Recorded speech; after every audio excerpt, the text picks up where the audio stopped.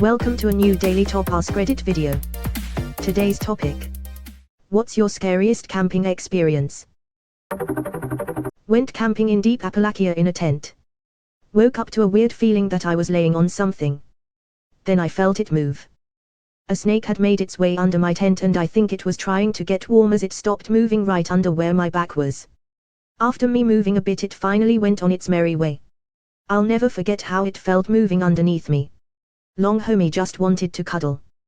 That's it, you hear that, internet? Danger noodle is out, long homie is in. 10 years ago I went camping for a weekend. Went out hiking the morning of the second day and pretty soon found ourselves off trail on a pretty steep incline along the Muishi River. We were about 100 foot up the incline. Suddenly one of my friends lost his footing and started to slide. On the way down he took out my other friend and I watched them hit every rock and tree on the way down to the rapids. I climbed down to find my one friend dead on the side of the river, and the other taken away by the river. His body was found 2 weeks later 2 kilometers from where they fell in. His body, or whatever is left of it, is still in the river because when search and rescue tried to remove it from the logjam it was stuck in, the boulders on the riverbank came loose and collapsed on top of his corpse. This was a very abbreviated version of the story, but overall a very scary day. Holy shit dude, I'm so sorry, that must have been awful. Fuuak. I thought I'd be reading stories of people thinking they heard Sasquatch or something. I'm very sorry for your loss. I can't imagine the trauma. Goddamn, that is definitely the scariest one in this thread. I hope this didn't leave too many mental scars. I've been hiking on trails and stuff near semi-steep inclines like that person describes where it isn't wildly steep, but there are sections with rocks that, if you were to slide and tumble, you could fall about 4 vertical feet before bouncing off a torso-sized exposed bit of stone, and then potentially keep tumbling forward/sliding another 80 feet or so down earthen slope before like a 10 feet drop into moving water with no way back up. Always makes me really nervous. Edit, for people asking these sorts of questions like why, I'm not talking about like insane mountain terrain with 1,000 foot drops and shit. These are like hills that you'd go sledding on if they just ended on flat ground. But they are wet and have loose soil and gravel or whatever, and go down towards sketchier conditions.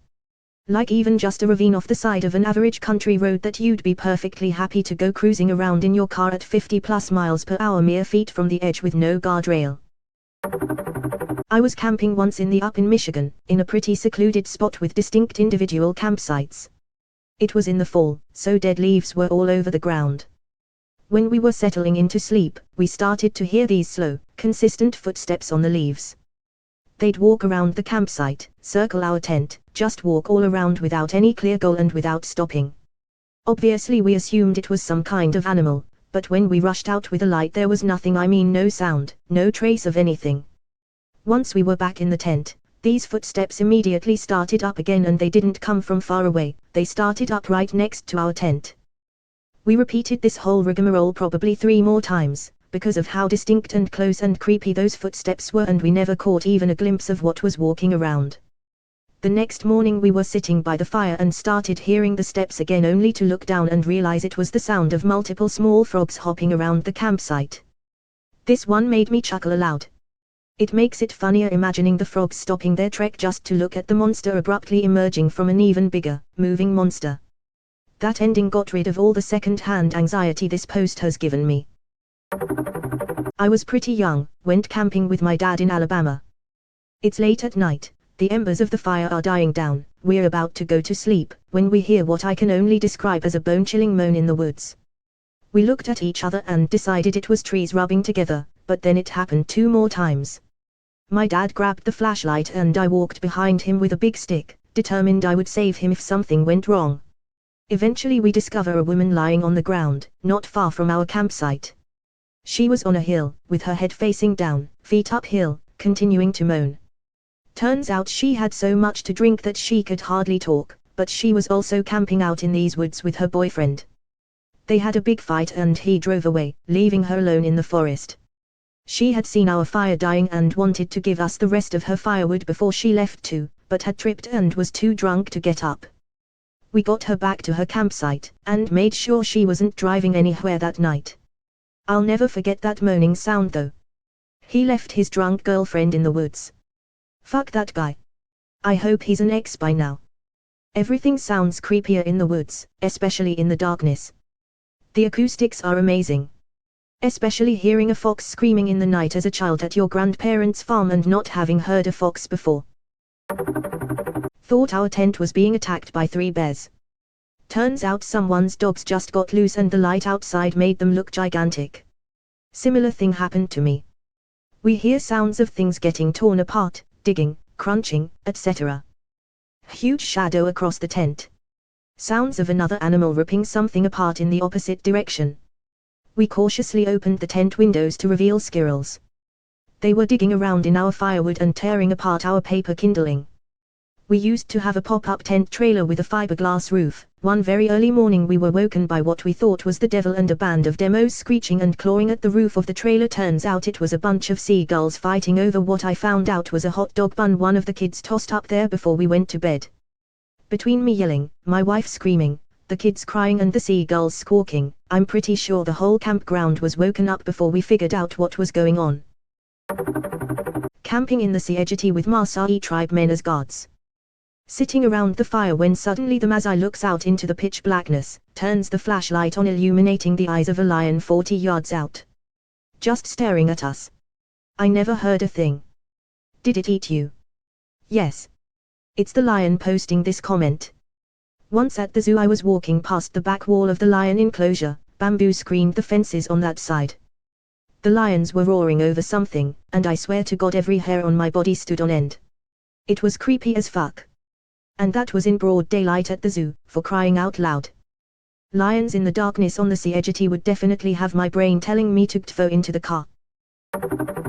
Used to camp at this, fairly, secluded spot on state land. It has since been discovered and become popular, unfortunately. I've been going to that site since I was a kid, and it had become an annual tradition for my buddies and I to kinda unplug and rough it for a few days. However at the time, a little over 15 years ago now, it was relatively unknown and it was a bit of a trek to get to the campsite. Middle of the woods, but close to a lake, perfect for swimming. We're talking no cell signal, no light pollution, you're just out in the wilderness. My buddies and I were geeked to get out there and spend the week camping every summer. One summer afternoon I'm the first to arrive, ready for a week of camping, drinking and swimming. However, to my dismay, I discover that the site already has an established campsite going. There's a couple tents set up. Granted, it's a fairly large campsite, so I decide to haul my gear over and see if I can talk the other campers into letting us share the spot.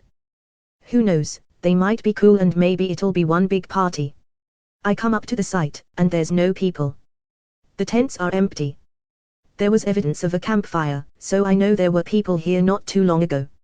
I decide to check the lake, maybe they went swimming. There's a steep path that leads from the site to the lake, and as I'm walking alongside it, I discover some debris that has blown down along the path. There's a sleeping bag, some tools, and some clothes that had been on a line but now they are all in the dirt. All evidence that this site has actually been set up for a while. The clothes are wet with ditch water, they've been sitting on the ground in the path for some time. There's no people at the lake, and when I return to the site, upon further investigation I discover that this site has been abandoned for some time. But that doesn't explain why they just left everything behind. From what I could tell, the people camping here had left in a big fucking hurry. There's clothes, there's food and other gear. I mean, it's an entire camp. The tents were fairly new. I mean, it's not just stuff that you leave behind unless you're scrambling and only grabbing the essentials. What was weird to me was that the fire was out, but there was still ice in their coolers and beers, so it couldn't have been too long ago that they were there. My other buddies arrive and we decide to set up camp nearby and keep an eye on it. Maybe the people had to leave for an emergency or something. We wind up camping out the whole week and no evidence of people coming back to retrieve their stuff. Luckily, the DNR happened to stop by on patrol and we filled them in our discovery. They let us know they'd be packing up the stuff and take it into a lost and found up at their station. Kinda creepy, mostly weird. Who knows what happened to those people? Edit. I want to add that I did see evidence of little propane cans in the fire pit. Like those little cans that you use to light your camping stove. They were all burst open.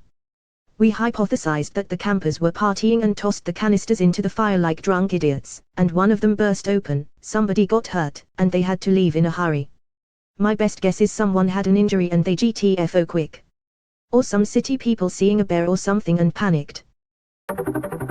When my current wife started dating, we went out camping in the fall. Leaves were down, kinda chilly. Very romantic.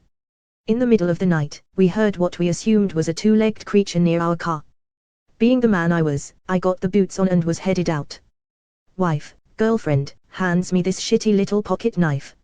As soon as I undo the zipper, I hear the footsteps running away. I'm all manly, so I go check anyway. Upon returning to the tent, I'm faced with a .380 handgun pointed at me. That was pretty scary. She sent me into the forest with a pocket knife.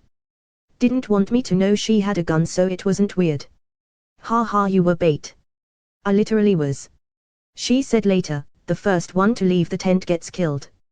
Good job marrying that one, ha ha. My current partner and I, years ago, were sitting out on my ground level patio. Nice place but right downtown, so you get lots of sketchy folks walking by, but mostly just harmless, looking to bum a cigarette, that kind of thing.